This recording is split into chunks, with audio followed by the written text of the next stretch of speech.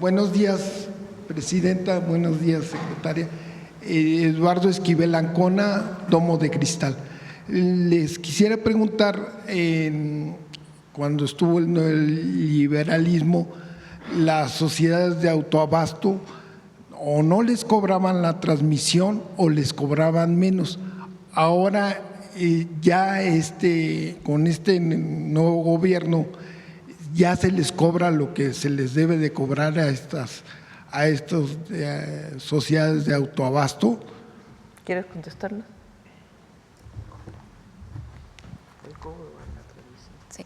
En efecto, había un abuso bastante importante por muchas empresas que era producto de vacíos, pero que eran ilegales completamente. Con la reforma constitucional y las reformas de las leyes secundarias se reforzó el marco institucional para combatir estos abusos y pues todo el sistema de transmisión del país debe de tener un cobro y debe tener su pago correcto de acuerdo a las tarifas que establece tanto la Comisión Nacional de Energía como la Comisión Federal de Electricidad. Se tienen que regularizar todos y tienen que pagar la transmisión. Muchas gracias. En una segunda… Tienes razón. Lo hemos platicado aquí varias veces. Durante muchos años en la Constitución de la República quedaba claro que el Estado era el único que tenía la exclusividad para producir, transmitir y distribuir la energía eléctrica. Se hacía a través de dos empresas estatales, la Comisión Federal de Electricidad y Luz y Fuerza del Centro. La primera gran reforma contraria a esto lo dejó López Mateos. López Mateos es quien incorpora esto a la Constitución, con la nacionalización de la industria eléctrica. Quien es el primero que tiene la primera regresión es Salinas de Gortari. Cambia una ley, no cambia la Constitución, pero cambia una ley, que es la Ley del Servicio Público de Energía Eléctrica. En esa ley incorpora un artículo donde dice, todo aquello que no es servicio público, o sea, la Constitución decía, todo el servicio público le corresponde al Estado. Y se inventa que hay algo que no es servicio público, violando la Constitución. Y ahí pone, entre otras, el autoabasto. El autoabasto, ¿uno qué se imagina? Pues que uno genera su propia electricidad, ¿no?, para autoabastecimiento. Pero ahí abrieron un resquicio que se llama las sociedades de autoabastecimiento. Al principio no crecieron mucho, cuando más crecieron fue en el periodo de Fox y de Calderón, y ya de Peña también. ¿Qué quiere decir eso? Se hacen socios y alguien genera la electricidad, un privado, y se la vende a un privado que queda lejos. Eso es en realidad un mercado eléctrico, porque hay un privado que le vende a otro privado. Eso está prohibido por ley.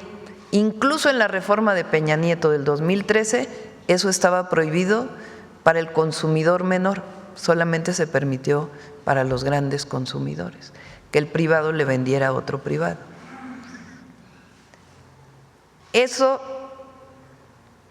forma, el autoabasto, tenía otro problema, no pagaba la transmisión, supuestamente para apoyar a las energías renovables, pero en realidad, incluso con energías renovables deberían de haber pagado. Cuando llega el presidente López Obrador, pues con el licenciado Bartlett quiere poner en orden a todos y comienzan a ampararse, muchos, que todavía muchos de ellos tienen amparos.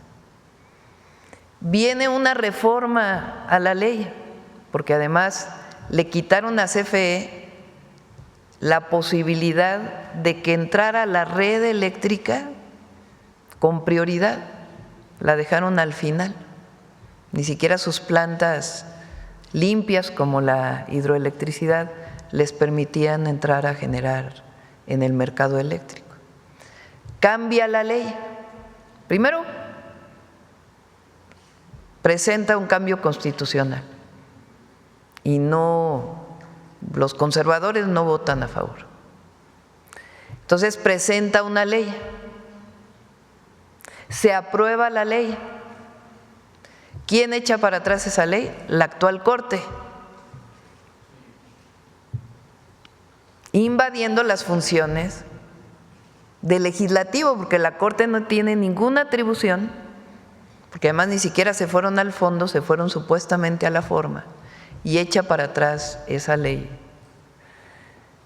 Cuando viene el 2024, el presidente López Obrador manda el 5 de febrero iniciativas constitucionales.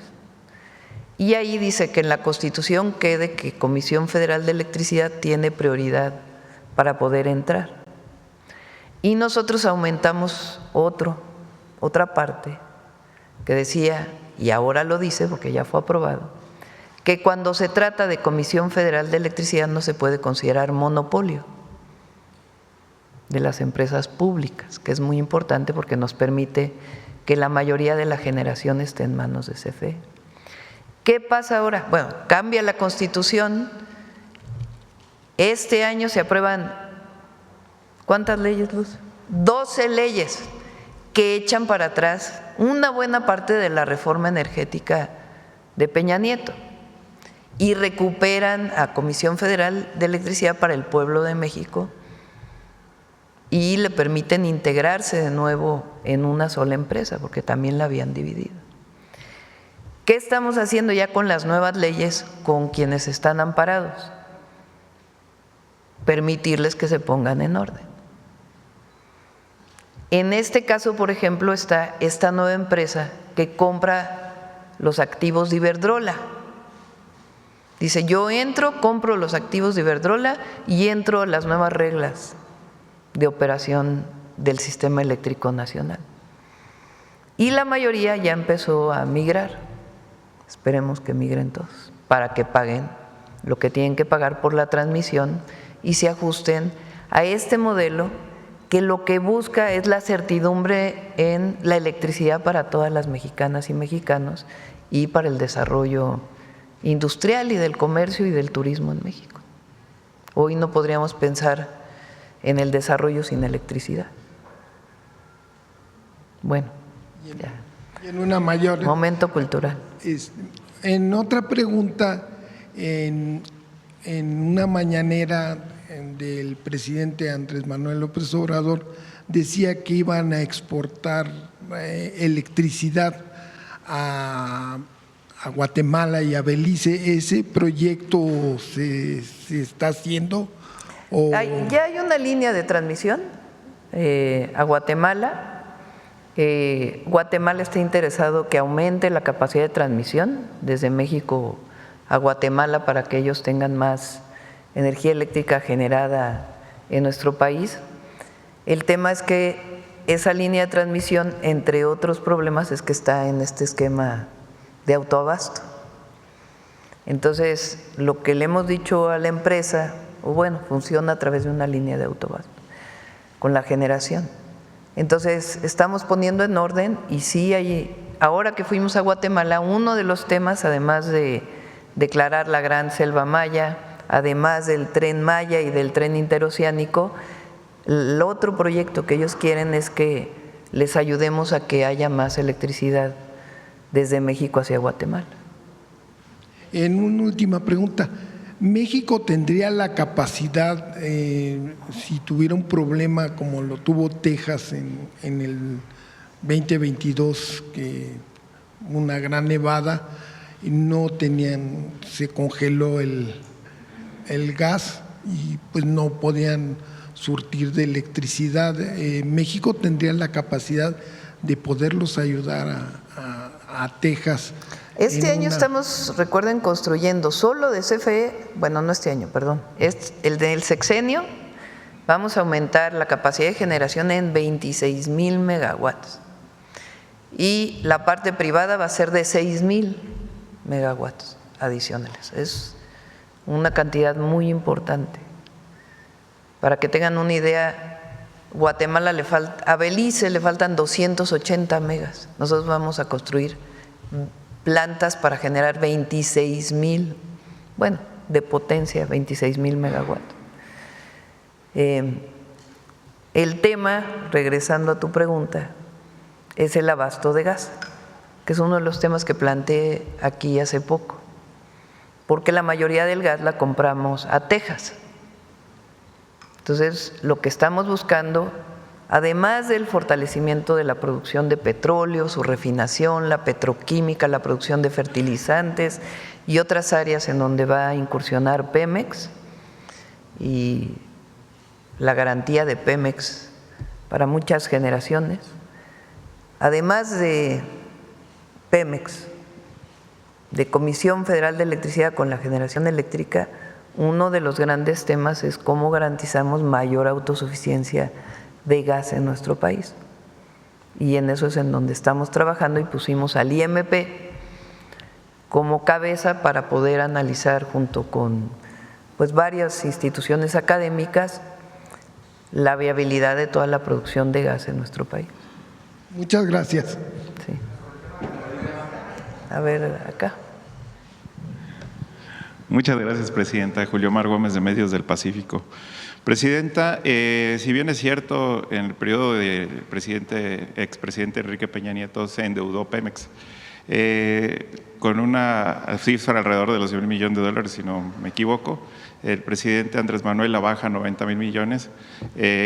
Usted tiende a bajarla a un 70% en lo que dure la administración pública. No, 70,000 millones. 70,000 millones. Más Perdón, sí, es cierto. Poco más de 70,000. Un poquito más de 77, ¿sí? Más o menos. Usted ha comentado que también alcanzaría que Pemex no tendría que ya pedir dinero a Hacienda para las deudas que tiene.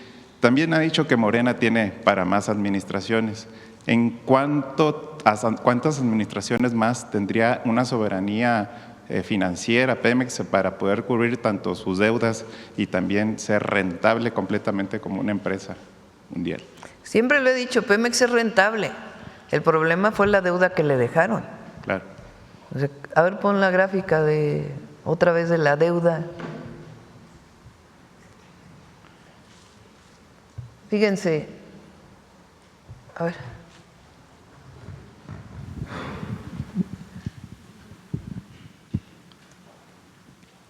Este es Calderón, del 2007 al 2012. Estos son millones de dólares. Recibe Pemex con 46,000 millones de dólares Calderón de deuda y termina con 60,000 millones de dólares de deuda. Aquí recibe Peña. Recibe con 60,000 millones de dólares de deuda y termina con 105,000 millones de dólares de deuda en Pemex. Ahora uno diría, bueno, se endeudó, pero se produjo más petróleo, más petrolíferos, más gasolina, más diésel. No, se incrementó la importación, disminuyó la producción de petróleo, disminuyó la exploración y además se entregaron un montón de bloques de territorio a empresas extranjeras. Entonces, ¿qué hicieron? Recuerden que aquí está Lozoya y otros cuantos. De 60,000 a 103,000. Y bueno, Calderón no se quedó muy atrás, fueron 20,000 millones de dólares más. Y aquí fueron 40,000 millones de dólares más de deuda. Este 2020, recuerden que fue el COVID, pero de aquí a aquí, el presidente lo deja en 97,000. Nosotros queremos cerrar en diciembre con 88,000 y cerrar el sexenio con 77,000. Problema que tiene cuando uno adquiere una deuda, bueno, estas son deudas complejas porque se venden en los mercados internacionales, pero cuando uno adquiere una deuda, pues tiene que ir pagando cada año una parte del capital y otra parte de los intereses. Entonces, el problema es que cuando tienes una deuda de este tamaño que has ido adquiriendo, pues hay años en donde tu vencimiento para el pago de esa deuda, este año era como de 300,000 millones de pesos, por una operación muy buena que hizo Hacienda, se redujo de manera importante, pasándola a otros años y garantizando su fiabilidad. El próximo año todavía hay intereses importantes que hay que pagar. Entonces, la garantía, es decir, Pemex es rentable, entran al erario por concepto de ingresos petroleros más de 1 billón, 1.6 billones de pesos. El problema es que cuando tienes estas deudas, pues Pemex tiene que seguir invirtiendo en exploración, en producción, el mantenimiento de todo el sistema, que es muy grande y que tiene costos importantes, y aparte pagar sus deudas que le dejó Calderón, Peña y otros más atrás. Entonces, por eso digo que Pemex es rentable. Ahora,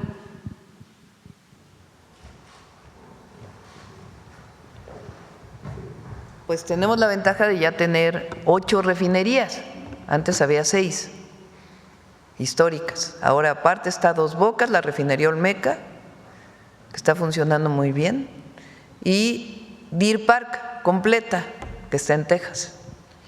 Entonces, la garantía de que la mayor parte de la gasolina que consumimos se produce ya en México, el diésel también.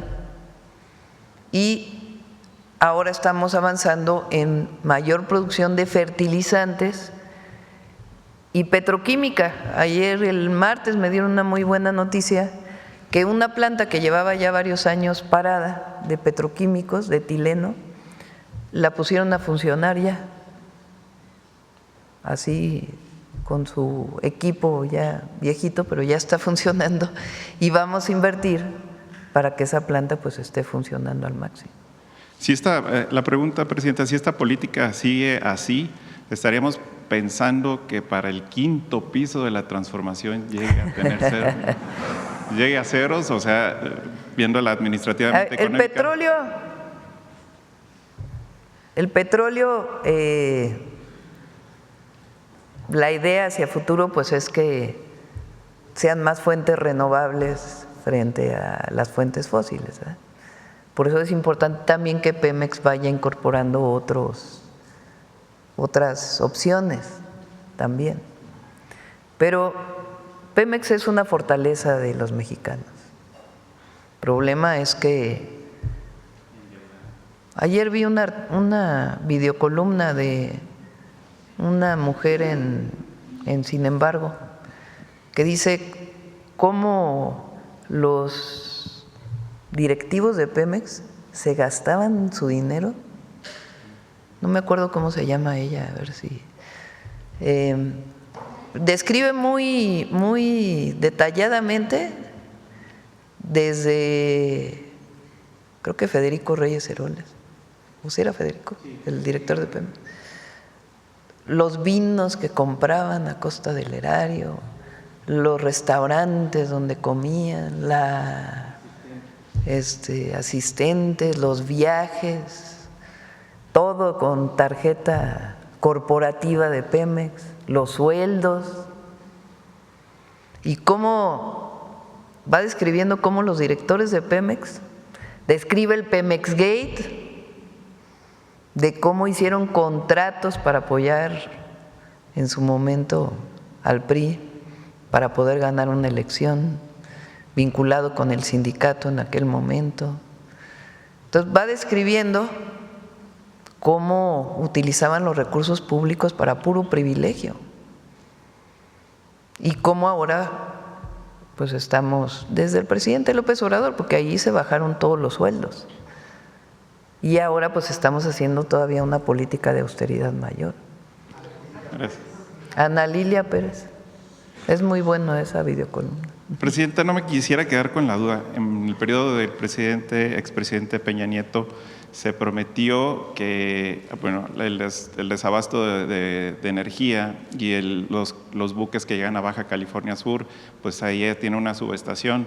Era insuficiente, había cortes de luz y Peña prometió un cableado submarino para alimentar de energía. En el periodo del presidente Andrés Manuel, pues se abrió otra subestación eléctrica, lo que pues da mayor oportunidad. ¿Por qué no se llevó este cableado? Se cobró este cableado de marino que se va a hacer. Sigue creciendo el estado, obviamente, por el impacto turístico sobre todo. ¿Es viable un cableado submarino para que dote de energía a la península de Baja California Sur, que vaya, es una isla? Ahí estamos, lo íbamos a presentar la próxima semana, ¿verdad? Porque es un proyecto muy bonito para Baja Sur, el que tenemos. Vamos a dejar hoy transmisión y la próxima semana presentamos. Son 2 plantas o 3, ¿no? Porque hay que sustituir varias plantas ya antiguas. Entonces, se había planteado ahí que hubiera una planta de combustión interna, se llama, que es de diésel o de combustóleo. Y nosotros vamos a hacer una planta solar ahí, pero las características de la planta, pues ya se las platicamos la próxima semana para no adelantarnos. El cableado es muy oneroso, entonces puede mantenerse todavía Baja California con un sistema aislado, siempre y cuando tenga la suficiente generación y transmisión en la península. Muy bien, muchas gracias. Hablando de Baja California Sur. Sí, Baja Sur. Sí, pero Baja continuando hablando de mi estado, pues en el norte del estado, pues la mesa de seguridad… Así dice en los mítines, dice. El otro día estábamos con Alejandro Schwartz hablando del tema de salud, y dice Baja California y todos, sur. Claro, sí, por supuesto. Le diría cómo le decimos nosotros también, pero sí es… Exactamente, sur. Y a veces cuando dicen Baja California, así como que nos duele un poco. Sí, como se habla de la península. Sur. La inseguridad se ha incrementado, aunque la mesa de seguridad pues, ha estado trabajando. Entrevisté al gobernador, el profe Víctor Castro. Sin embargo, pues se ha incrementado sobre todo en la zona norte.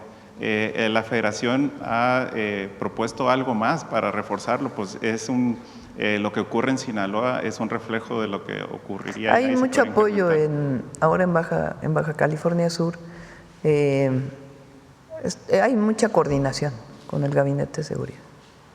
Gracias, Presidenta. Oiga, pues también la oposición ha estado hablando mucho sobre la ley censura que se salió con la suya y la 4T, pues obviamente será como en Puebla y en Campeche. Con esta nueva ley censura y ahora con la reforma electoral, en donde pues en esta reforma electoral pues podría ser una de las cosas mayormente lo que usted ha tocado son los plurinominales, que se bajen la cantidad o que no existan, mejor dicho, y muchos temas que siempre han sido pues en torno ahorita en redes sociales. Sin embargo, preguntarle si en esta ley que pudiera haber, existe el nepotismo, que ya está en la Constitución, sí, pero ¿hasta qué grado? Porque hay muchos cargos honorarios que no son solamente para el esposo, sino para los hijos y vienen todo lo demás.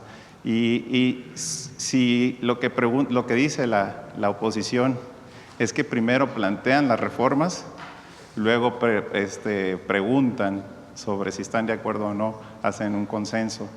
Porque después de esto, en esta última, se hace una comisión para esta reforma electoral en donde no se contemplan a muchos, pero usted dice que si van a participar, pues tienen muchas dudas a que sea una reforma electoral que venga a favor de los mexicanos o con democracia, sino que sea solamente para el interés propio del partido de Morena.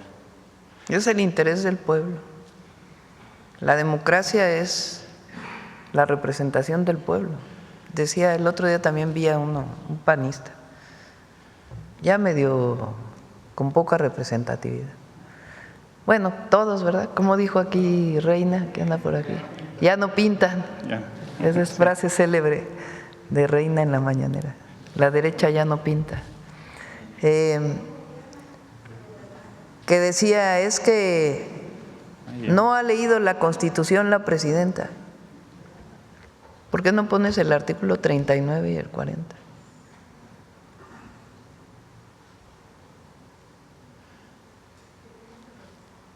Presidenta, si me permite ejemplificar esto, yo creo que en la reforma electoral, así lo ven algunos líderes de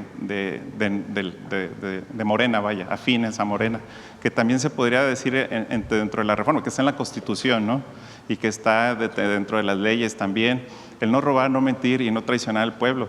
Sin embargo, hay ya muchas personas o candidatos que se han adelantado para las elecciones en el 2027. Y en el caso, pues, personajes que también ponen de ejemplo que dentro de esta elección de jueces y juezas y magistrados, pues hubo siempre personas que no deberían de haber estado ahí, personas que tenían delitos o personas que tenían cuentas con la justicia. Y en este caso, pues, garantizar dentro de esta reforma que no exista personas que tengan cuentas pendientes con la ley. Un caso muy particular, el expresidente municipal de Los Cabos, que pues ya fue Oscar N., que fue señalado también por desvíos de dinero y todo, y ya se está proponiendo para el 2027. Muchas personas que ya tienen estos cargos, podría haber un candado también para que pudiera evitarse este tipo de personajes. Y también dentro de esta reforma, es que la pregunta vale a qué más podría reformarse esta reforma electoral, perdón, a qué más se podría atribuir, qué es lo más importante aparte de los plurinominales. Bueno, a ver, dice artículo 39.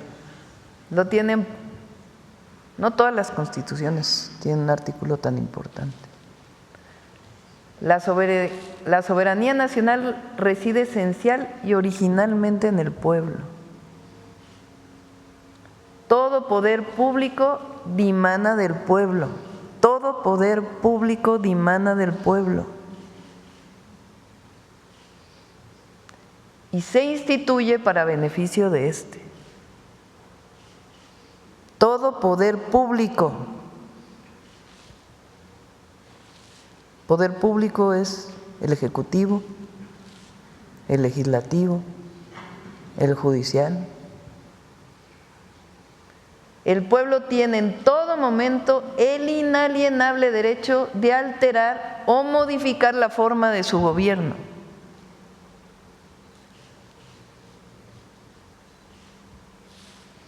Casi viene de los sentimientos de la nación, de Morelos, ese artículo.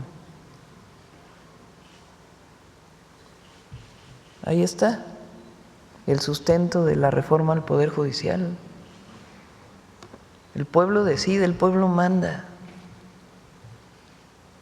Y ahora en México, después de 36 años de neoliberalismo, donde quien mandaba eran unos cuantos, pues cambió el país.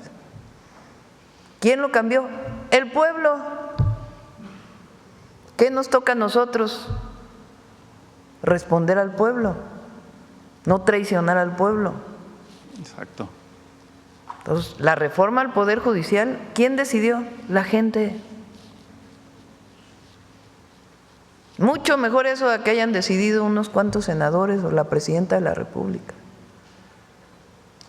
Eso no les gusta a muchos,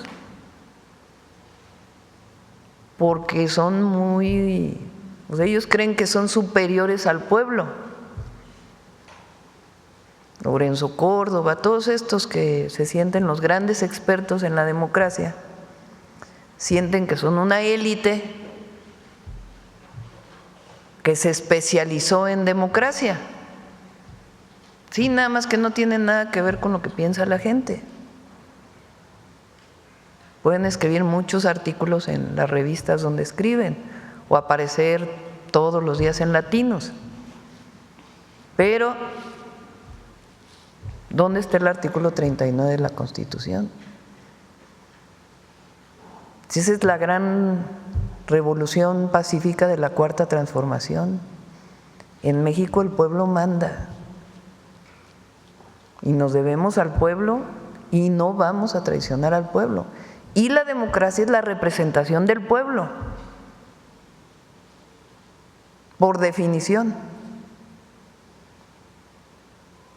Y la reforma electoral está abierta a que todos opinen, pero también tiene que opinar el pueblo, no solo los expertos o los burócratas de los partidos políticos o los dirigentes de los partidos políticos, de cualquiera, ¿eh?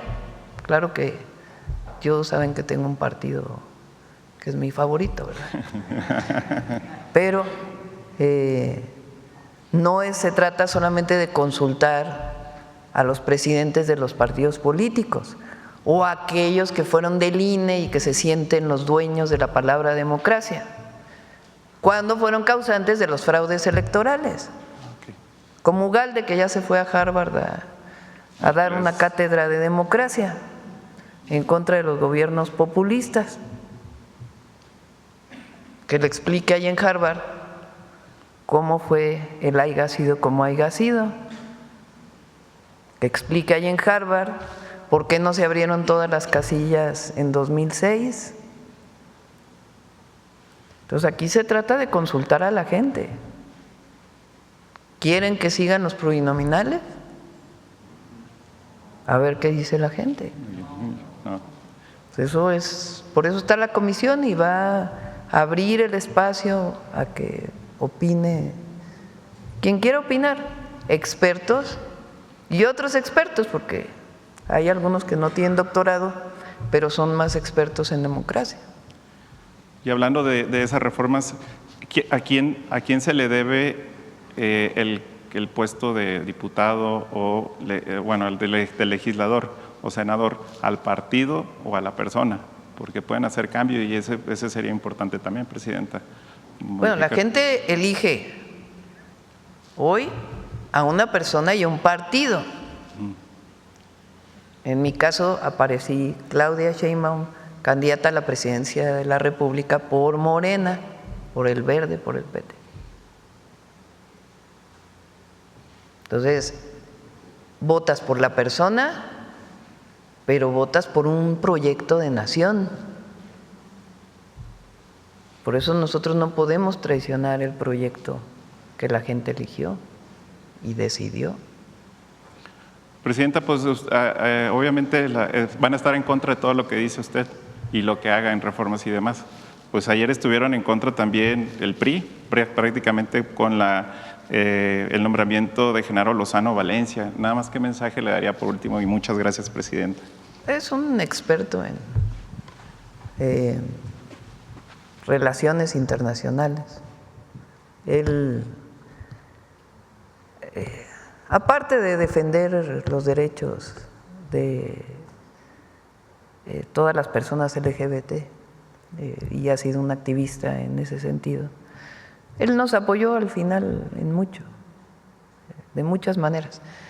Ayer decían es que es de Televisa, no sé qué. Sí trabajó en Televisa, él se salió de Televisa también hace ya un rato y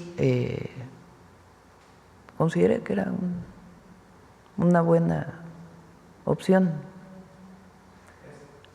Por cierto, dice, ayer Margarita Zavala estaba muy molesta, pero no pudo decir por qué.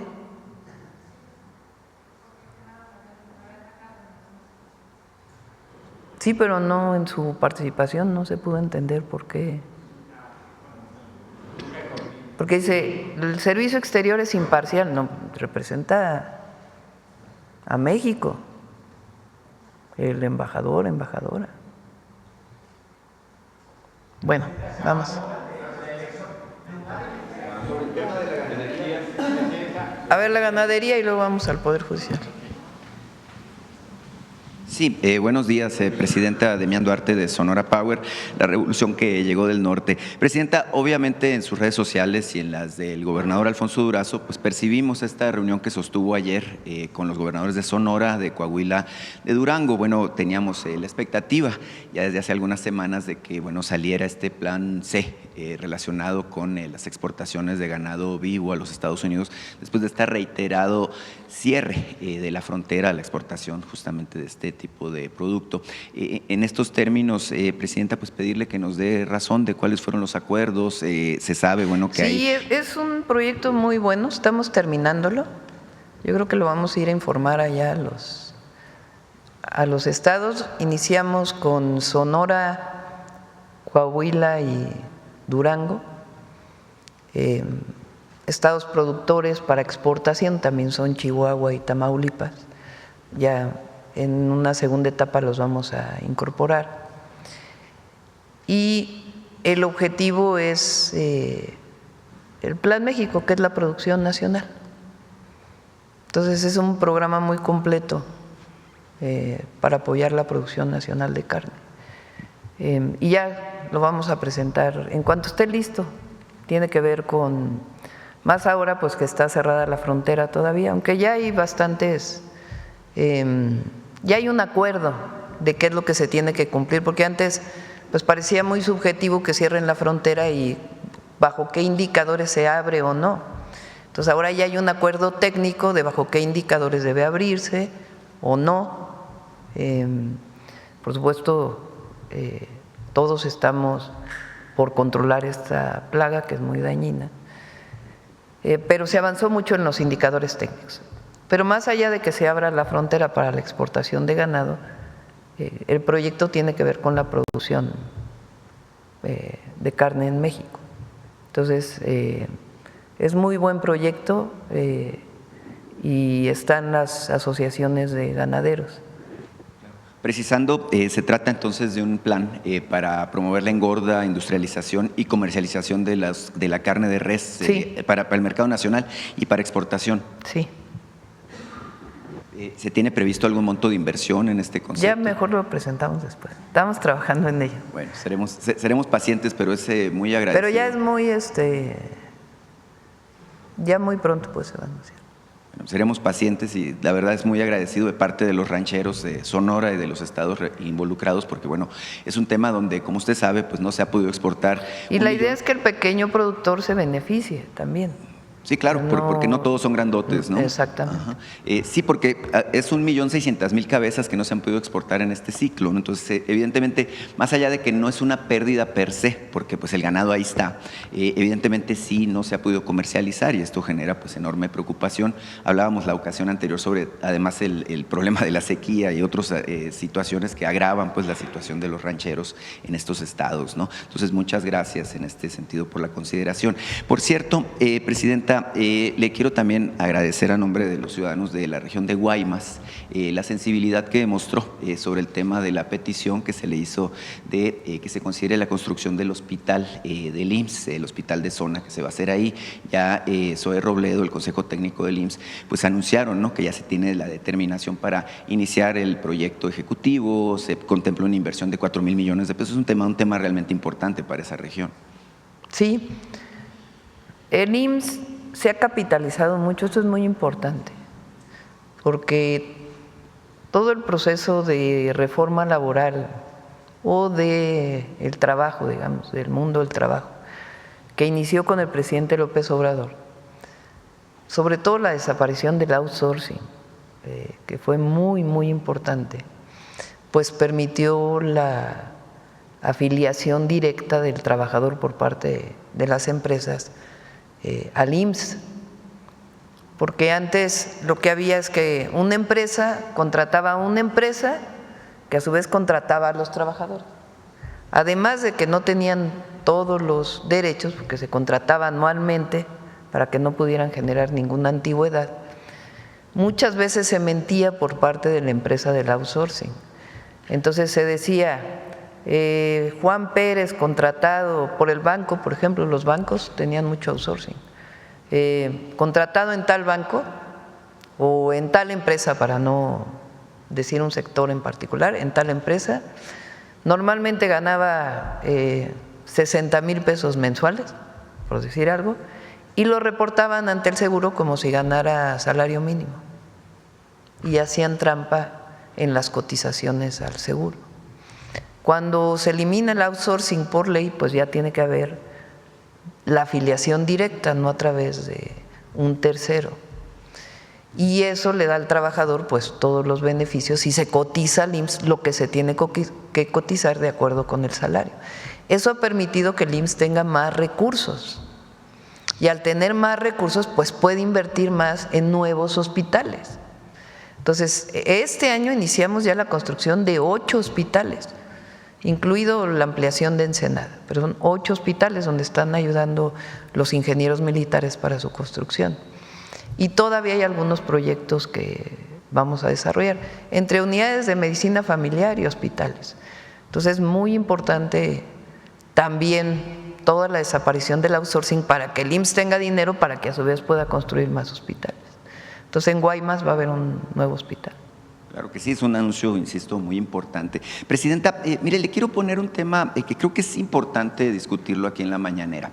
El plan de vivienda para el bienestar, bueno, es un tema de acceso a la vivienda. Hay un problema ahí en Hermosillo. Sí, de eso le quiero hablar. Sí. El tema de acceso a la vivienda para todos, para los jóvenes. Y Sonora es uno de los estados que, bueno, salieron primero en este concepto. ¿Por qué? Porque el gobernador aportó pues las reservas territoriales que hacían falta. El tema es que se anuncian 34,800 viviendas para Sonora. Dentro de estas se incorpora el concepto de la vivienda vertical, estos complejos habitacionales. Y se anuncia uno para Hermosillo apenas el lunes, un complejo habitacional en un terreno que es propiedad del gobierno del estado de 1,450 viviendas. Se ubica casualmente en el sector poniente de Hermosillo, un sector que se le llama Puerta Oeste, en donde hay desarrollos, cotos privados, habrá que decir, de vivienda cerrada, que se considera de alta plusvalía. Sin embargo, en ese mismo sector también existe una colonia popular tradicional que se llama La Manga. Bueno, se anuncia ahí este desarrollo y salen grupos de vecinos a decir que no lo quieren ahí porque se va a afectar la plusvalía, porque va a haber problemas de inseguridad, porque va a haber basura, en pocas palabras, porque va a haber pobres, ¿no? Ese es el criterio y sale a relucir lamentablemente pues este rasgo negativo de la sociedad hermosillense que es el clasismo y bueno, pues esta situación de no querer a gente de condición quizás menos aventajada económicamente en el sector en el que ellos habitan. Quería yo pedirle su opinión sobre este tema sensible en particular de nuestra sociedad. Bueno, primero todos tienen derecho a la vivienda y no puede haber esta división social, territorial de aquí viven los ricos y aquí viven los pobres. Esa es mi opinión. Pero de todas maneras, en este caso, le pedía, Edna me lo planteó, la secretaria de Sedatu, le dije, ponte de acuerdo con el gobernador, ahí que el gobernador pues vea qué opciones hay y también hablar con la gente, porque hay que hablar con la gente siempre, ¿no? Entonces, pues ahí lo que nos oriente el gobernador, ahí vamos a tomar la decisión. Pero no debe haber esta idea de que hay zonas aunque existe en la realidad, zonas de mucha plusvalía que se llama, y zonas de no, y entonces se establece una diferenciación geográfica que no debería de existir. Sí, en Sonora lo hemos anotado aquí reiteradamente, pues hay un problema de rezago en el tema de vivienda. Se estima que hay más o menos 360,000 derechohabientes del Infonavit, por ejemplo, que tienen el derecho al crédito, pero no pueden comprar porque no hay casas. Resulta paradójico, ¿no?, que ahora incluso hasta la CTM se oponga, ¿no?, a un proyecto, bueno, que impulsa una solución en términos de lo que es el acceso a la vivienda. Ahora, el tema tiene que ver justamente con esto, ¿no?, que es Hermosillo. Usted ha estado muchas veces en nuestra capital, pues es una ciudad muy extensa, ¿no? Es un radio de la ciudad, de la zona urbana muy grande, y el acceso a los servicios, por ejemplo, de agua potable, de drenaje, de vialidades, de transporte público, bueno, pues es un problema realmente para una zona urbana tan extensa. Tengo la sensación de que la idea de impulsar el concepto de vivienda vertical va justamente en el ámbito de solucionar ese tipo de problemáticas. Sí, depende del lugar. Tampoco se trata digamos, se tiene que tener arquitectura especial para cierta zona, no el mismo tipo de vivienda, ni por clima, ni por entorno, ni por otros temas, pues puede ser la misma para todos los lugares, tiene que adecuarse al lugar. Pero bueno, en este caso vamos a pedirle ahí al gobernador que nos ayude. Claro que sí. Por último, Presidenta, mire, estaba analizando yo la encuesta nacional de ingreso-egreso de los hogares y me vino a la mente esta idea, ¿no?, de que es tiempo de mujeres, que usted ha reiterado. Me llamó la atención mucho un detalle importante que subyace, por lo menos en esta última edición, tengo entendido que son resultados al cierre del 2024. Se han hecho esfuerzos importantes para igualar el piso entre hombres y mujeres, se hizo incluso una reforma a la Ley Federal del Trabajo para garantizar que el ingreso sea el mismo, por igual trabajo, igual ingreso. Sin embargo, la encuesta dice un detalle que es relevante. Las mujeres en sí ganan 34.2% menos que los hombres. Y bueno, evidentemente usted ha hecho un compromiso con las mujeres en general, con las mujeres indígenas, que son las pobres entre los pobres. Preguntarle en este particular qué acciones adicionales se podrían tomar para garantizar que esto se cumpla en los hechos, no solamente en el papel. Muchas gracias. Hay muchos temas que todavía no se presentan de los resultados de la encuesta nacional ingreso-gasto de los hogares, algunas muy positivas y otras que todavía tenemos rezagos importantes como país. Y una de ellas pues es esta diferenciación entre el ingreso de mujeres y hombres, que sigue siendo importante. Entonces la reforma constitucional es importante, pero la idea es avanzar todavía más, en que haya igualdad en ámbitos donde todavía no llega la paridad. Uno de ellos es el empresarial, por ejemplo. Si uno ve los directivos de las empresas, la gran mayoría son hombres. Ya empieza a haber muchas mujeres, pero es un lugar donde es importante que siga creciendo la participación de la mujer, entre otros lugares. Y hay otros muy positivos que también vamos a ir presentando. Se ha discutido mucho, por ejemplo, sobre el tema de salud, que no lo hemos tocado aquí. Hay muchas preguntas que se hicieron en torno a la salud y las vamos a ir presentando, porque eso no lo critican mucho, ¿no? Como si hubieran desaparecido los centros de salud de la faz de la tierra. Pues no, ahí están. El tema es cómo se pregunta. Sí. Si quieres vamos aquí y ahorita vamos.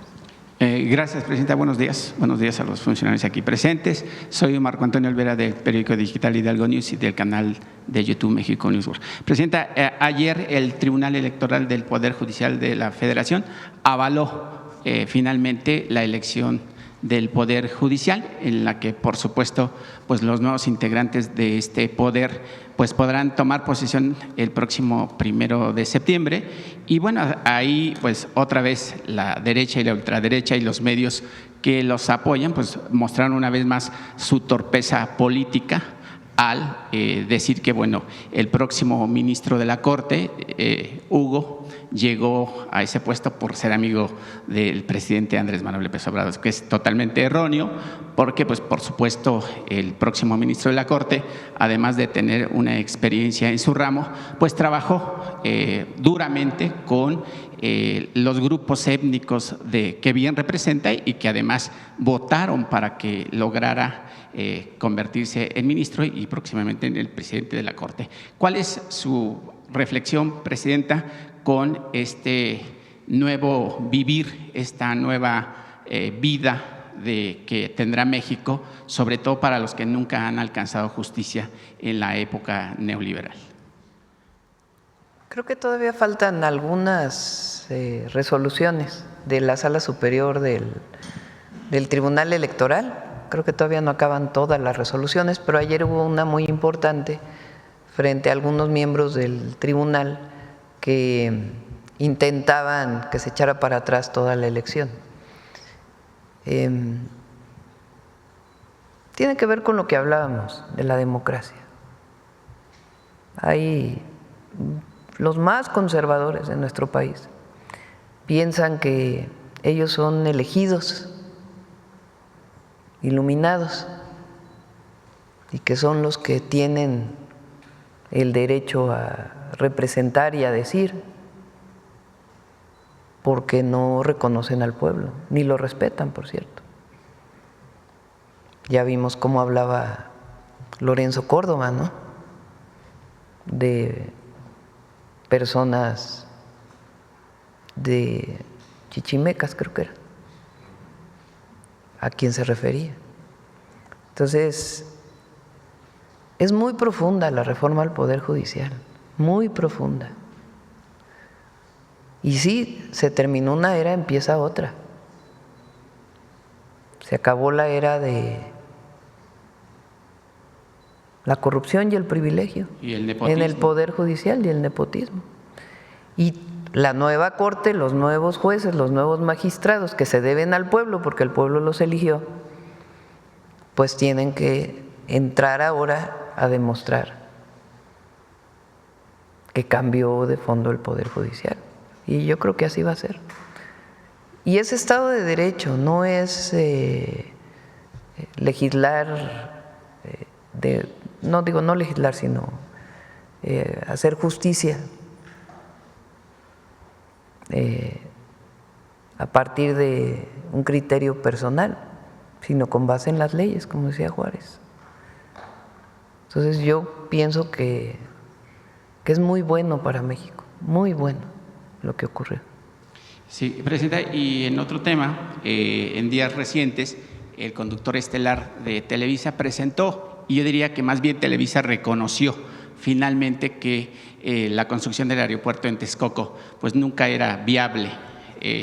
Y en ese sentido, bueno, pues hoy el Aeropuerto Internacional Felipe Ángeles anuncia que bueno, ya tendrán vuelos directos de México a Nueva York y también de México a Austin, Texas.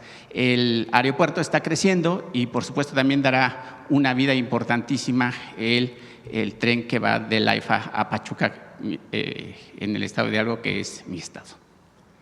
Ya había algunos problemas sociales que no se habían podido resolver ya. Afortunadamente se resolvió todo y ya está construyéndose en todos los kilómetros el tren México-AIFA, Ciudad de México-AIFA, o Lechería AIFA, porque el México Lechería ya existía, Lechería AIFA, y va a tener, para no pasar por el AIFA, su desviación para irse directo a Pachuca. Entonces va a ser Ciudad de México-Pachuca. Y esperemos, vamos a ver, estamos ahí, que en diciembre podamos ya abrir este tren. Y el AIFA va creciendo muy bien, aparte de que está muy bien administrado, operado por el general Pastor, muy bueno. Están llegando muchas ofertas para llegar al AIFA. Y ahora obviamente pues el próximo año con el Mundial, pues van a ser en la Ciudad de México los dos aeropuertos a donde se va a poder llegar, la Ciudad de México, el Benito Juárez y el Felipe Ángeles. Sí, Presidenta, en el IMSS, en días recientes, usted había asegurado en este espacio que hay dinero suficiente para pagar a proveedores y proveedores de medicamentos y personal que se dedica al aseo de los hospitales y los quirófanos. Sin embargo, pues hasta este momento, pues a las personas que tienen ahí sus servicios de limpieza, pues no les han pagado. Ya dicen ellos, estos empresarios que prestan los servicios, que ya hay una deuda más o menos de 2,000 millones de pesos y que bueno, siguen esperando a que pudiese cumplirse ese pago, que finalmente todos los trabajadores tienen derecho a un pago cuando así desarrollan sus actividades laborales. Pues vamos a pedirle a Zoe que pueda responder por qué se presenta este problema. Presidenta, y Didi, que se había, digamos, resistido a incorporarse a la aplicación con los trabajadores para que tuvieran todos los servicios. Bueno, pues hoy dan la sorpresa donde afilia a 700,000 repartidores al IMSS. ¿Es una nota de ellos? ¿Es un comunicado de ellos? No, es un comunicado de una investigación periodística. Bueno, incorporan estos trabajadores. Esta plataforma china dice que incorporó 700,000 socios al Seguro Social, cifra que rebasa a gigantes como Walmart, FEMSA, Bimbo y Banorte.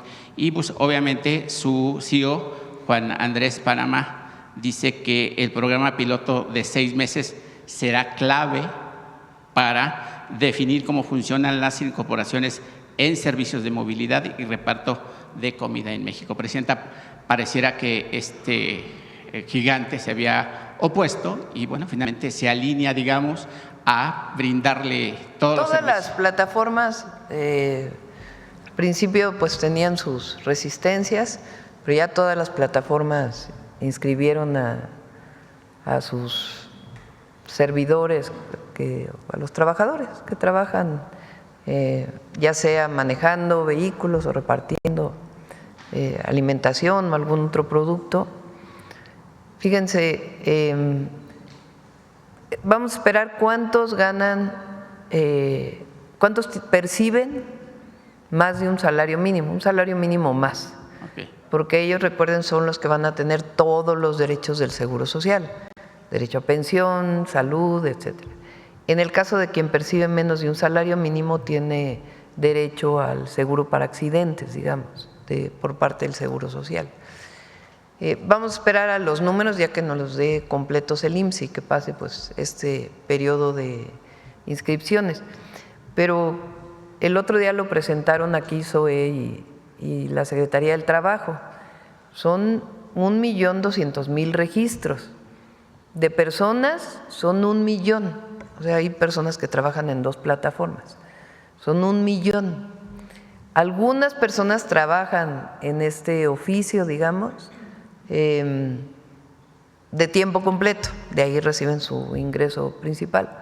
Otros no, otros lo usan como complemento, trabajan en otro lado y después utilizan algunas de sus horas del día para poder inscribirse, que es la ventaja, digamos, que tiene este esquema de plataformas, que puedes adecuar tu horario para poder tener este servicio laboral. Y la ventaja de cómo se hizo el programa es que permitió que tuviera esta versatilidad y al mismo tiempo garantizar la seguridad social.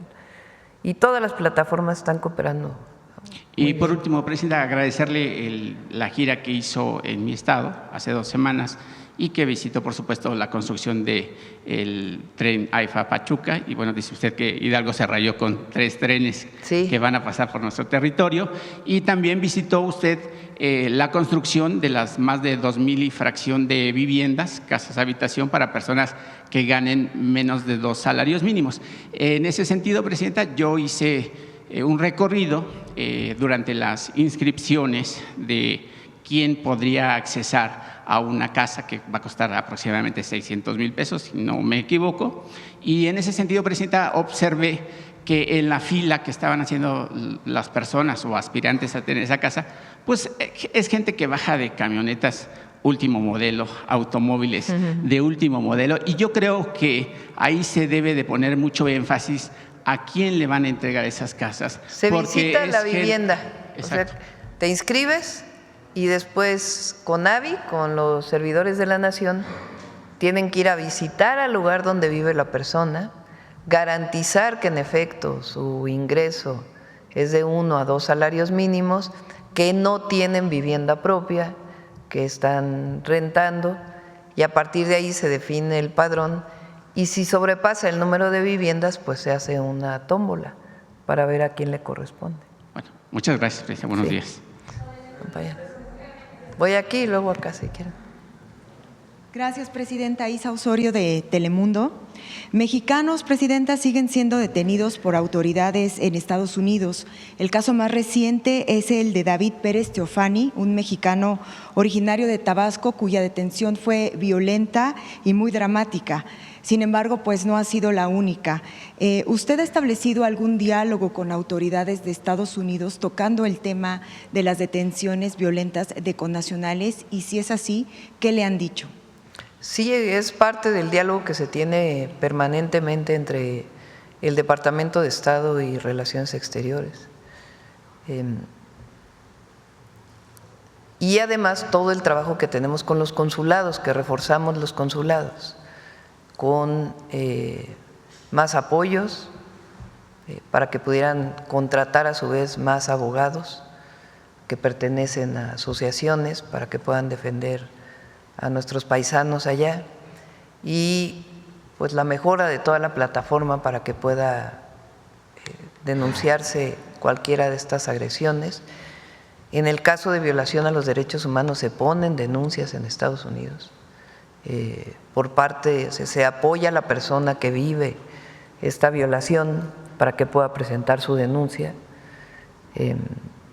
Y pues evidentemente no estamos de acuerdo con esta violación y este esquema de criminalización de los migrantes, de las migrantes en Estados Unidos. Lo hemos manifestado muchas veces pública y también en las reuniones de trabajo con el Departamento de Estado, y siempre vamos a defender a las mexicanas y mexicanos que viven en Estados Unidos y que aportan mucho a la economía de Estados Unidos. Esta situación, además de la violación a los derechos humanos y la injusticia que se comete, porque el discurso es que son criminales, cuando en realidad no son criminales. Si hubiera alguien que tuviera un asunto con la justicia, respetando sus derechos humanos, pues no debe haber impunidad. Pero en el caso de personas honestas que trabajan, va a acabar, además de toda esta situación, por afectar a la economía de los estados en donde trabajan los migrantes, porque representan mucho para la economía de Estados Unidos, no solamente en el campo, porque hay esta idea de que las y los migrantes mexicanos trabajan principalmente en los campos de California o de otros estados. No, trabajan en los servicios, trabajan en la manufactura, en los restaurantes, en muchísimos lugares. Es mano de obra calificadísima la mexicana, y además muy trabajadores. Los mexicanos somos muy trabajadores, muy honestos. Y quien fue a Estados Unidos, pues fue buscando una mejor opción para su familia por necesidad. Entonces, sí es parte de lo que hablamos a nivel privado y también público. Hemos hecho notas diplomáticas, por ejemplo, cuando salió que iban a detener en Guantánamo a personas migrantes, de inmediato enviamos una nota diplomática para que no hubiera mexicanos allá y que de inmediato se deportaran a México. Enviamos otra nota para el tema de estos centros de detención, particularmente en Miami, en donde también estamos pidiendo que, si así lo desea el mexicano, porque depende obviamente de una decisión personal, porque hay quien se puede quedar allá, aunque esté detenido, litigando su situación migratoria, porque ya tenían un proceso de cierto tiempo allá. Pero si no, si es su deseo venir a México, que sean deportados de manera inmediata y que no tengan tiempo en estos lugares. Gracias, Presidenta. Y por último, sobre el asesinato del cantante Ernesto Barajas, ¿hay algunos avances en la investigación sobre ese caso? Gracias. En estos casos siempre anuncia el Gabinete de Seguridad cuando haya avances en las investigaciones. Gracias. A ver, acá decías energía. Gracias. Buenos días, Presidenta. Karina Aguilar, de Diario 24 Horas. Preguntarle, Presidenta, sobre el tema de energía, aprovechando que está la Secretaria. ¿Cuántas empresas ya están cambiando a este nuevo modelo que se está presentando? Y si alguna de ellas estaba amparada, ¿cuántas están todavía amparadas? ¿Cuántas están haciendo la conversión? Por favor. ¿Tienes el dato? Se los pasamos si quieren más Pero tarde. ¿sí nos los pasan? Sí, más tarde se los pasamos de cuántas empresas siguen amparadas. La mayoría ya cuántas han tiene cambiado? diálogo con la Secretaría de Energía y con CFE, principalmente Secretaría de Energía, para ver a qué esquema cambia. Se quedó una parte del mercado eléctrico como estaba antes, entonces se les da la opción o que le vendan a Comisión Federal de Electricidad el generador o que entren al mercado eléctrico que todavía existe. Esas son las dos opciones y que paguen su transmisión. ¿Y nos pueden dar las dos opciones? O sea, ¿cuántas Sí, empresas en ¿cuántas cada opción? están? Sí. Muchas gracias. Y también preguntarle, informó Petróleos Mexicanos de un robo en sus plataformas la semana. ¿Cuántos incidentes de robos en plataformas están teniendo? Y también informan que existe, de acuerdo a una comunicación, una respuesta que dio Pemex y que dio la Secretaría de Energía al Senado, a la Comisión Permanente, sobre estos robos, señalan que hay un grupo especial de seguridad que ya se está trabajando, entre ellos está la Secretaría de Energía. ¿Nos pueden platicar un poco más en qué consiste este grupo de seguridad para evitar los robos en las plataformas petroleras? En el caso de plataformas se trabaja muy de cerca con Secretaría de Marina. Hay una colaboración muy estrecha. Entonces, Pemex tiene su propia área de, ¿cómo se llama esa área? De salvaguardas, de protección de sus instalaciones. Y en el caso de plataformas, se está fortaleciendo la colaboración ya existía, pero ahora se está fortaleciendo. No hay más robos, digamos, de los que ha habido, no hay una situación en particular, pero pues evidentemente no queremos que haya ningún robo, ¿verdad? Entonces, tiene que ver con el fortalecimiento de la prevención, el patrullaje, digamos, en la mar, y al mismo tiempo la revisión indirecta con drones u otros esquemas que tiene la Secretaría de Marina para vigilancia o directamente desde las plataformas. Presidente, también nos había dicho que esta semana darían el informe de energía y anticorrupción en torno a este caso de Petróleos Mexicanos. Sí, la próxima semana la presentamos. Ayer estuve con Raquel Buenrostro, está haciendo una investigación muy profunda de este caso y otros, no solo en Pemex, sino en general, pues es su tarea, su trabajo. Y la próxima semana ya va a estar en condiciones de presentar esta denuncia que vino por parte de una institución de Estados Unidos, en donde presuntamente hubo soborno a unos funcionarios de Pemex a partir de una serie de contratos de dos individuos que tenían varias empresas, uno de ellos ya detenido y el otro, una persona que trabajó en Pemex, que fue candidato del PAN al estado de Campeche y que está prófugo. Entonces, ya está haciendo su investigación Secretaría Anticorrupción y sus primeros resultados los puede dar la próxima semana. Ayer los abogados de estas personas, de los empresarios, decían que pues estas personas están en México y que no están detenidos. Se está investigando desde cuándo fueron estos contratos, qué contratos se hicieron cuándo finiquitaron estos contratos, a qué contrato se refiere esta institución de los Estados Unidos. Y qué funcionarios en todo caso pudieron haber participado y desde cuándo fueron contratados. Y si se hicieron auditorías previas o no. Todo esto está revisando la Secretaría Anticorrupción. Presidenta, Diario 24 Horas publica hoy que la Corte va a heredar 29 pensiones doradas, de estas que fueron muy criticadas porque se siguen pagando millonarios, pero entre ellos se siguen pagando a Arturo Saldívar y a Olga Sánchez Cordero. ¿Usted pediría que se pudieran donar su pensión, quizá no renunciar, pero donarla a otro caso, porque finalmente la Cuarta Transformación ha criticado mucho estas pensiones millonarias? ¿Podría ser el caso de estas personas? La reforma constitucional quedó que para esta Corte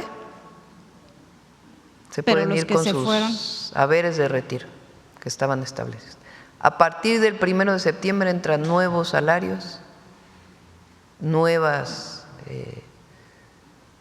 disposiciones de a qué tiene derecho un ministro o ministra y ya su pensión normal. Entonces, así quedó la reforma, así fue planteada desde el principio y así se quedó.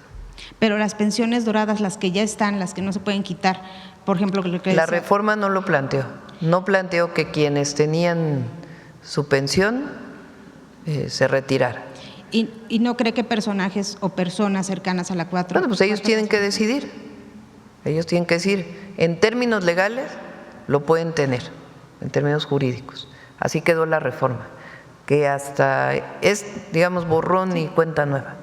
Hasta estos que son de la vieja era, de la Corte, tienen los derechos que tenía establecidos. Y a partir de ahora, pues cambia. Y hay un nuevo órgano administrativo que también tiene cierta autonomía por ley. Y ese órgano va a determinar también pues todo el criterio de austeridad que tiene que tener el Poder Judicial. ¿Ya sabe quién va a ser el representante de presidencia en este órgano? Sí, si quieren se los doy. Voy a proponer a quien fue consejero jurídico mientras fui jefa de gobierno, Néstor Vargas. Él es mi propuesta. Gracias. También preguntarle por último, Presidenta. Es un hombre muy recto, me consta, porque ha trabajado conmigo y conoce el Poder Judicial y además pues tiene todos los atributos. Y también falta prácticamente una semana para el informe de gobierno. ¿Va a dar usted 2 informes, uno a su gabinete, otro va a dar un informe, digamos, a toda la población? ¿O cómo va a estar su evento? ¿Les adelanto? El 1 de septiembre es informe aquí, En Palacio.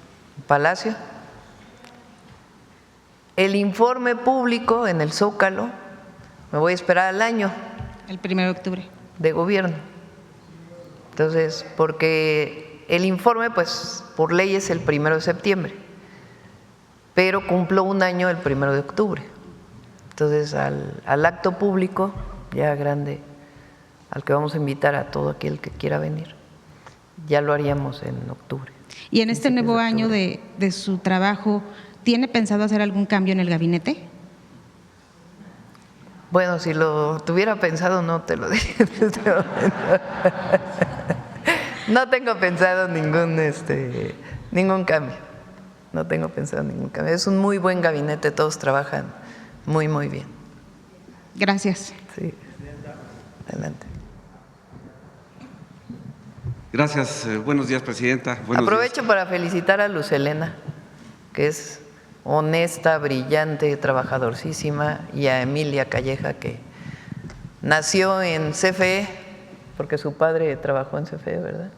O sea, nació ahí, ha vivido ahí, su carrera desde abajo la hizo ahí y hoy es la directora de CFE y hace un gran trabajo. Gran técnica, profesional, honesta, entregada, de mucha convicción. Gracias. Buenos días, Presidenta. Buenos días. Bueno, aprovechando que están aquí funcionarios de energía, ¿cuál es la forma en que se está combatiendo el robo de energía eléctrica? Sabemos que todavía hay muchos lugares, colonias populares en muchas ciudades que se cuelgan y aparte de que es muy peligroso, sí representa un gasto o una pérdida para la CFE. ¿Cómo se está llevando a cabo pues, esta prevención y a cuánto ascendería la pérdida?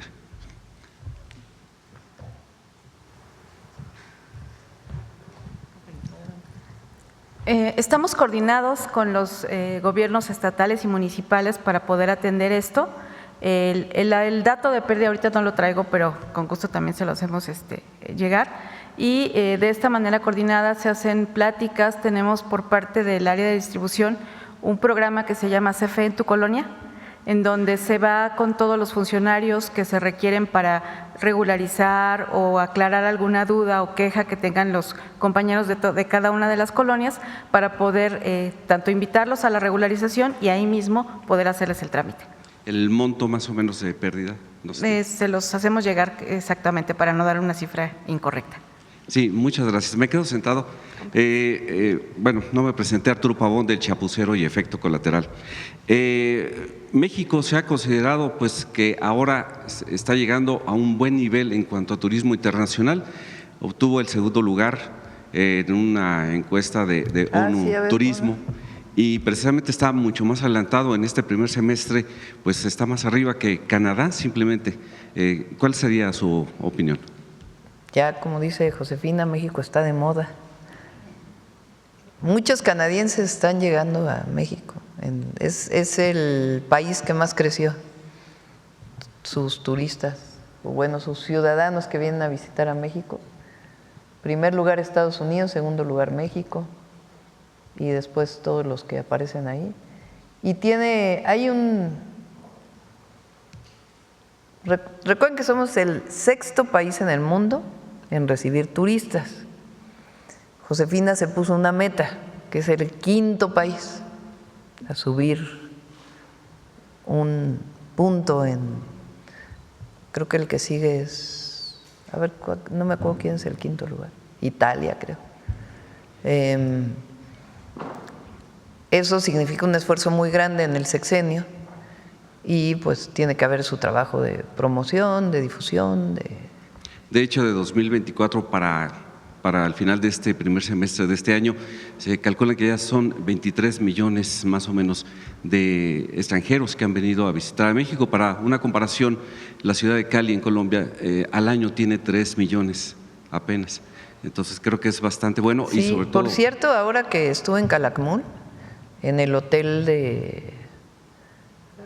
le pusieron la empresa Gafsacom, que creó el presidente en defensa, que administra los hoteles, es Grupo Aeroportuario Olmeca Maya Mexica.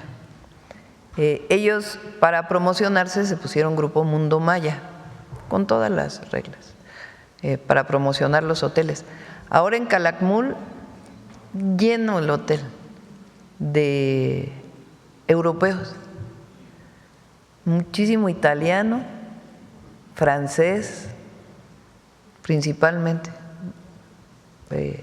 llenísimo. Y es precioso ese hotel, muy bonito.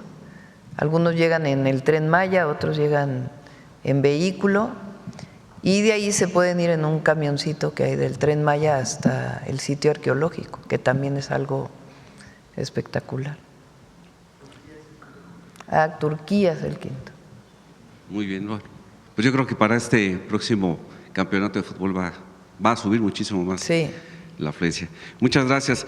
Y bueno, ya para finalizar, pues el pasado fin de semana, 3 jueces de manera unánime le dan un revés a Anabel Hernández por los dichos que ella ha puesto en diferentes libros, ¿no? Pero principalmente en este de las señoras del narco, en donde pues la empresa Televisa, que representa también a estas personas que fueron nombradas ahí, pues exigen una reparación del daño, como sería pues a través de un derecho a réplica.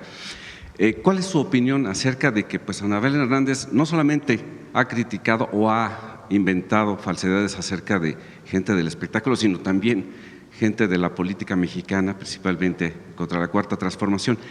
¿Cuál es la opinión que tiene usted? Recuerdo, creo que el tercer debate en la presidencia, ¿no? Que Xóchitl Gálvez saca su libro de Anabel Hernández. Dice, es que aquí dice que la narcopolítica y no es que tanto. Y le dije, no, pues es que ese es un libro de ciencia ficción, no es un documento, porque está lleno de mentiras. Y parece que es el caso, pues por haber ganado el juicio, de también actrices que escribió ella y que en realidad pues no tenía ninguna prueba para decir lo que dicen, ¿no? Entonces uno puede escribir una novela policíaca, pero escribir un supuesto documento que pretende decir la verdad, pues no es precisamente, no diría que es una periodista, sino una escritora de ciencia ficción. Okay. Ya nada más para finalizar, estamos a menos de un mes de que dé usted el primer grito. Con ciencia ficción con intención política. Eso sí, eso sí. Pues usted dentro de menos de un mes va a dar el primer grito de una mujer aquí en Palacio Nacional. ¿Cómo se está preparando, Presidenta? Pues es todo un acontecimiento, es un privilegio. Un privilegio. Invito a Ya di muchas notas, hoy mejor mañana doy otra, ¿verdad? Porque después del 1 de septiembre les platico quién va a venir. Va a ser Bailongo, el 15 de septiembre. No, ya está. El 2, dejamos nota para el 2 de septiembre. Ya dijimos muchas cosas. Atrás. No, Intocable no podía este año. Los invitamos para el próximo. Sí. A ver, atrás, cerrando. Ya contigo cerramos, porque ya. Gracias, presidenta. Vicente Serrano, conductor de Sin Censura TV. Hace unos minutos presentaba el artículo 39 de la Constitución y leía más abajo el 40. Dice: el pueblo de México bajo ninguna circunstancia aceptará intervenciones, intromisiones o cualquier otro acto desde el extranjero que sea lesivo de la integridad, independencia y soberanía de la nación, tales como golpes de Estado, injerencias en elecciones o la violación del territorio mexicano, sea esta por tierra, agua, mar o espacio aéreo. Discúlpeme por retomar lo que usted presenta en pantalla, presidenta, porque advertimos que se viene otra campaña como la de narcopresidente, en su momento con el presidente Andrés Manuel López Obrador, o narcocandidata contra usted desde el extranjero. Y no sé si usted también la advierte con este comunicado que no reconoció usted de la DEA.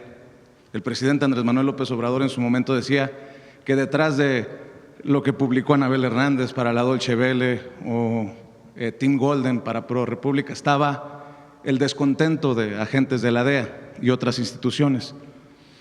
Últimamente hemos visto que hay mucho interés de medios estadounidenses de entrevistar a personajes como Lili Téllez, que por cierto ayer dio otro show lamentable en la sesión permanente, y están claras sus intereses, ¿no? Dice que la mayoría de los mexicanos están de acuerdo en la mano de Estados Unidos en México, y está siendo entrevistada por medios como Fox News, y a lo mejor esto hubiera pasado tal vez hasta desapercibido, pero quien la está entrevistando es Rachel Campos Duffy, y tengo entendido que Rachel Campos Duffy es pareja de un miembro del gabinete del presidente Donald Trump.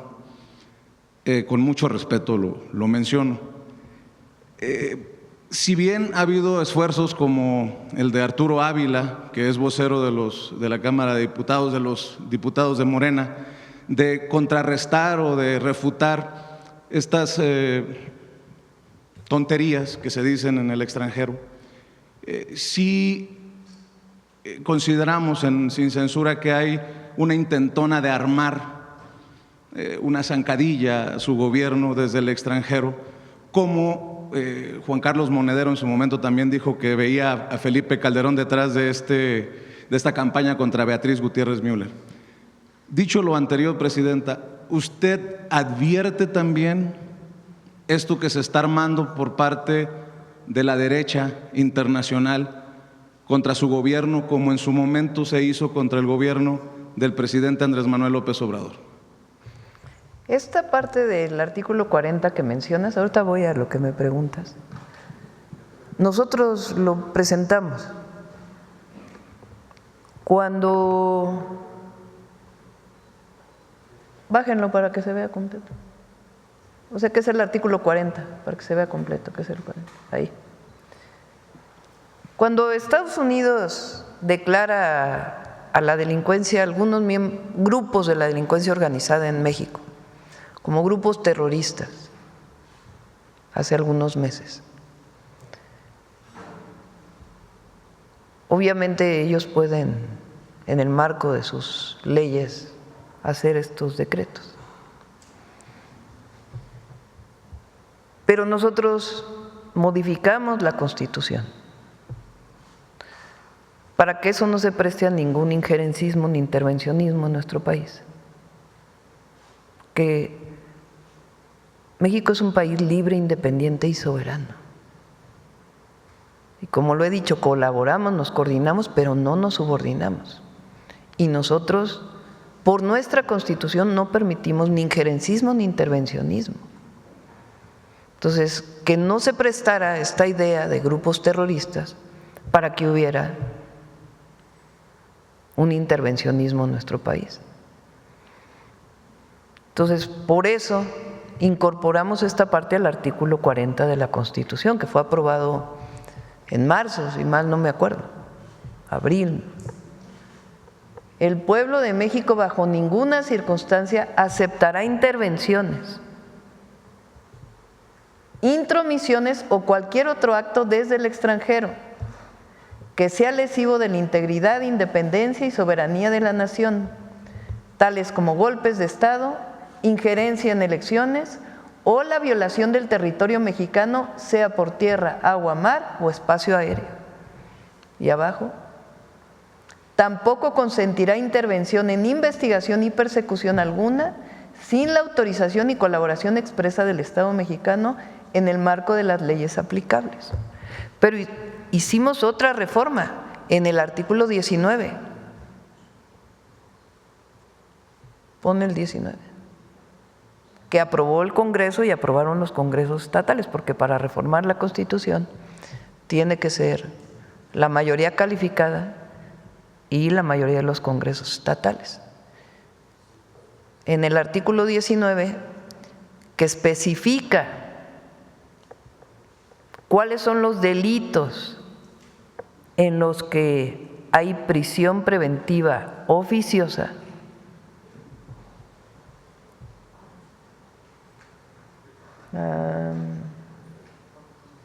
abajo está.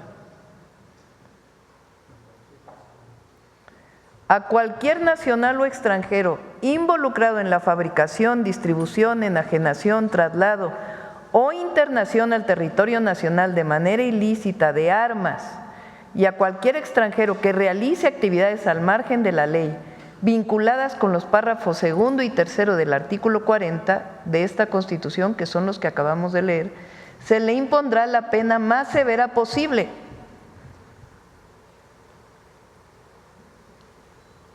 Así como la medida cautelar de prisión preventiva oficiosa. Es decir, un agente extranjero que no cumpla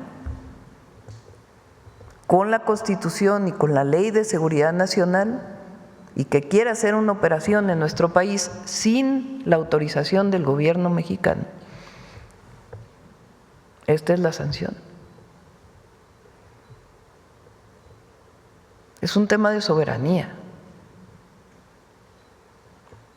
Y ahí todos los mexicanos deberíamos de estar juntos. Todos. Hay algunos que no, que al revés. Pues no es menor que una senadora de la República haya dado una entrevista a un medio extranjero pidiendo la intervención.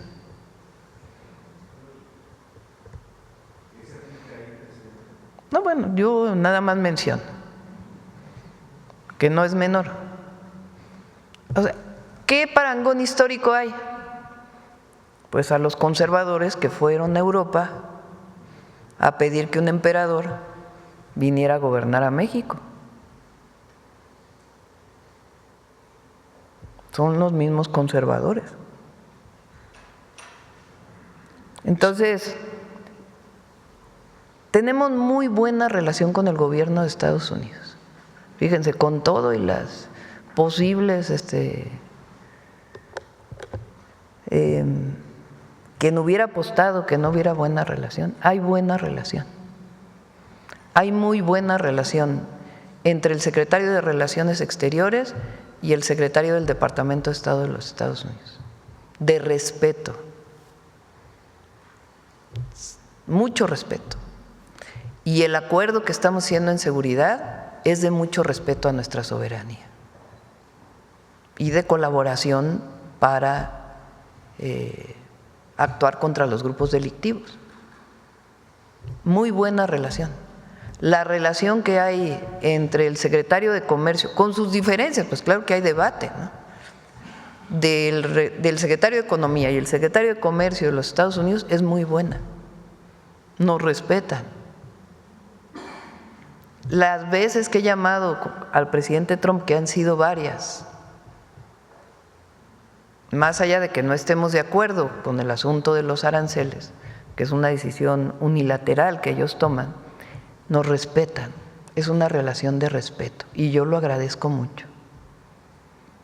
Entonces, ¿qué queremos? Que así como es la relación que ha marcado el presidente Trump con nosotros y la relación que ha marcado el Departamento de Estado con la Secretaría de Relaciones Exteriores, la relación del secretario de Comercio de USTR con su contraparte en México, queremos esa relación de respeto. Relación de respeto. Habrá algunos que buscan otra cosa, no sé qué busquen, porque tampoco puedo adivinar. Entonces, lo único que pedimos es respeto a nuestra soberanía, a nuestra autodeterminación y siempre encontramos las maneras de llegar a acuerdos, siempre, porque queremos llevarnos bien con los Estados Unidos, porque son nuestros vecinos, porque son nuestros socios comerciales, porque respetamos al pueblo de los Estados Unidos y además porque ahí viven 40 millones de mexicanos de cuarta, tercera, segunda y primera generación. Presidenta, si en su momento llamó vendepatrias a Alito Moreno, ¿qué le merece? Se los dejo a ustedes y a los senadores. Por cierto, su opinión, Presidenta, yo he dicho que México merece mejores senadores, mejores diputados. ¿Qué le merece el circo que a veces ocurre, como el de ayer en la sesión permanente, con los gritos y las descalificaciones de Lili Téllez? En su momento criticamos también a Xóchitl Gálvez por su botarga de dinosaurio, pero esto pareciera colmar el plato de la gente de a pie y pues cruzar una línea. ¿Qué opinión le merece? Son libres. No estoy de acuerdo con lo que hizo de ir a Estados Unidos a pedir en la intervención. Eso sí, es otra cosa. Pero ahí en la sesión que estén, sí, traiciona la que patria. que los evalúe ¿Es traición a la patria, ciudadanía. Presidenta? Ahí que lo diga el pueblo.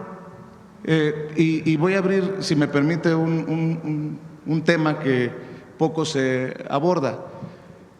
Se entrevista a personajes para hablar de la corrupción en México, porque se dice que el narco no puede existir si no hay corrupción de autoridades y de figuras políticas. Pero ¿qué se sabe, Presidenta, de los políticos corruptos en Estados Unidos? Porque para que haya distribución de narcóticos, para que haya cárteles o narcos gringos, como los llama Jesús Esquivel en su libro, tiene que haber corrupción. Hay investigación de México hacia Estados Unidos, como se descalifica muchas veces de Estados Unidos hacia México en este sentido. Presidenta, quiero escuchar su reflexión, por favor. Evidentemente, lo hemos dicho muchas veces, cada uno tenemos que actuar en nuestro territorio y las autoridades estadounidenses tienen que revisar también cómo es que se da el tráfico de drogas en Estados Unidos, cómo es que se vende fentanilo en las ciudades de Estados Unidos. Eso es algo que ellos tienen que contestar y tienen que investigar. Recientemente hubo la detención de 2 miembros militares de CBP, ¿no?, que estuvieron involucrados en un tema de permitir el tráfico de drogas. Pero ellos que evalúen en su propio país, que investiguen en su propio país cómo es que se da el tráfico de drogas allá. ¿Quién las vende? ¿Dónde se lava ese recurso? Y eso lo decimos aquí y también en todos lados. Bueno, ya se hizo muy tarde. Vamos,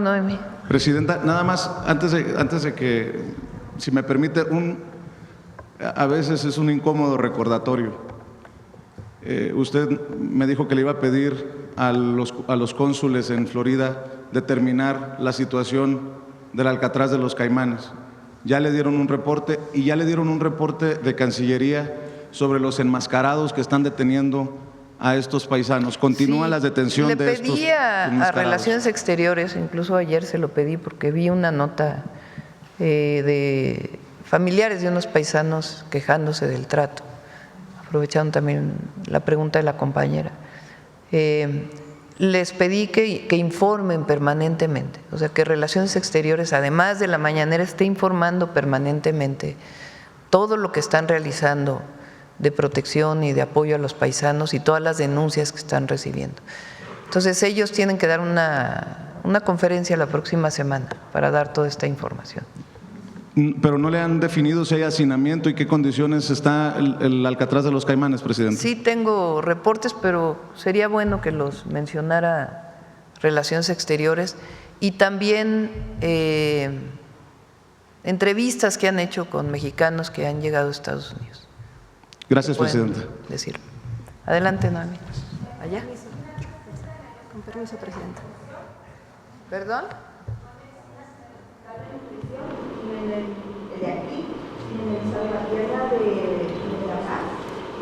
Lo revisamos. Recuerden que esta semana sí, recuerden que el esquema de entrega de aquí al domingo es para los centros de salud. Iniciamos con el primer nivel y la próxima semana ya tienen abasto de muchos medicamentos, pero en este nuevo modelo de distribución de medicamentos iniciamos la próxima semana a todos los hospitales, incluido la SINSAE, que es donde está el Instituto Nacional de Nutrición. Con permiso, presidenta. Muy buenos días a todas y a todos. En la sección hemos dedicado cápsulas a mujeres periodistas, a maestras, a científicas, artistas, a mujeres que se involucraron y lucharon en las 3 transformaciones de nuestro país, independencia y revolución, pero el día de hoy queremos dedicarlo a una de las primeras mujeres diplomáticas de nuestro país y estamos hablando de Palmita, como le decía su amiga Gabriela Mistral.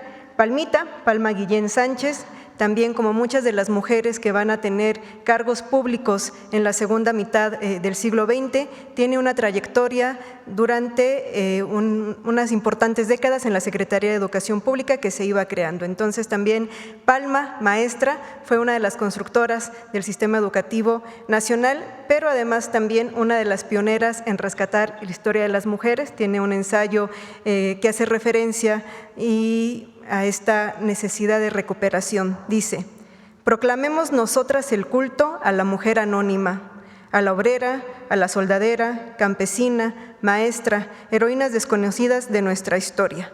Conozcamos a la autora Palma Guillén Sánchez.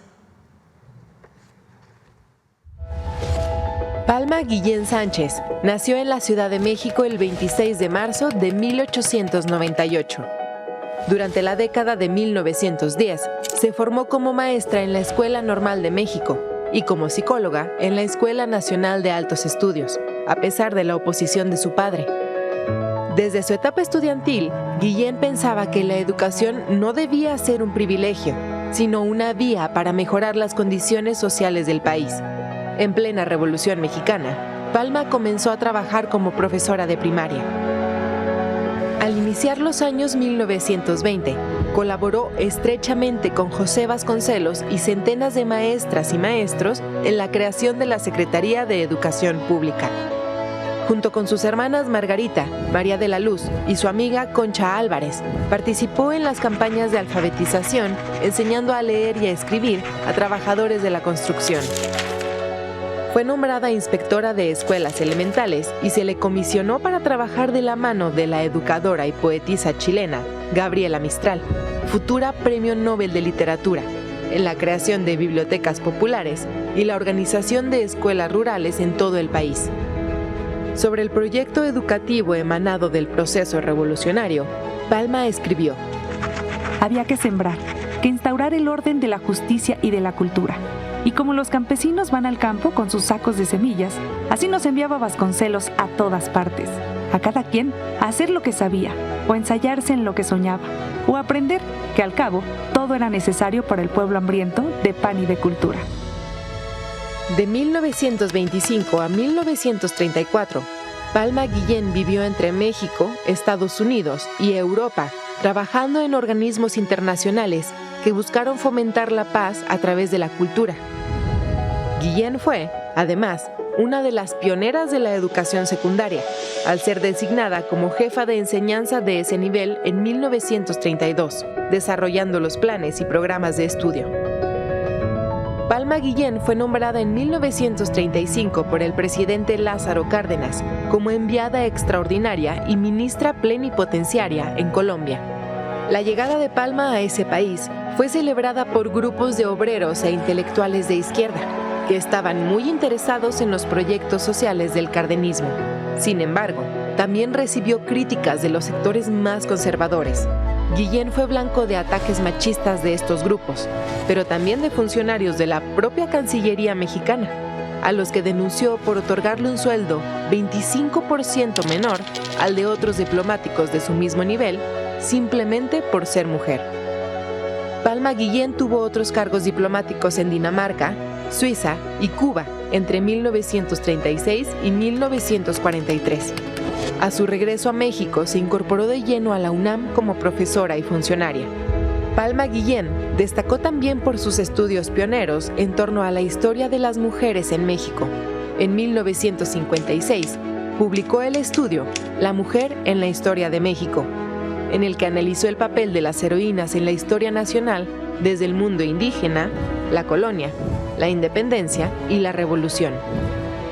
Palma Guillén murió en la Ciudad de México en 1975, tras una vida dedicada a la educación como herramienta de transformación social y a posicionar a México en el exterior en temas de cooperación intelectual y educativa para la construcción de la paz internacional.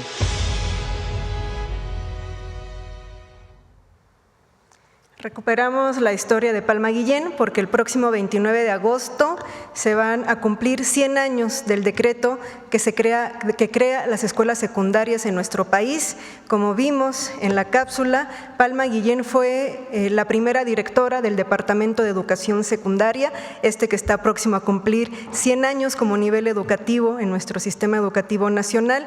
Fue constructora también de los planes y programas de estudio en los años 30, así es que como parte de esta conmemoración por el centenario de la educación secundaria en nuestro país, pues una de las que la consolida y es su pionera, tenemos a la maestra Palma Guillén. También muy importante su labor diplomática, como vimos en 1935 Lázaro Cárdenas la nombra por parte de la Legación Extraordinaria y Ministra Plenipotenciaria en Colombia, que es el grado más alto en estas legaciones. También Dinamarca participa en la delegación de la Sociedad de Naciones y en la UNESCO. También trabajó en la Embajada de Cuba e Italia.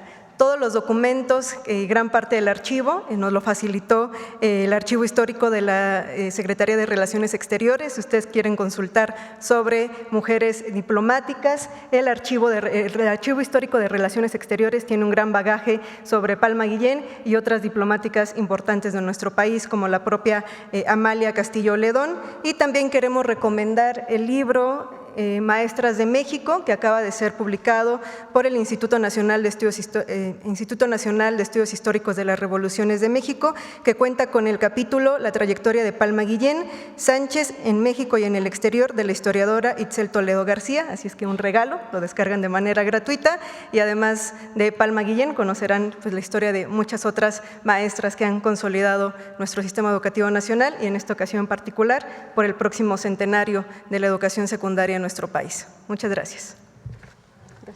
Adiós.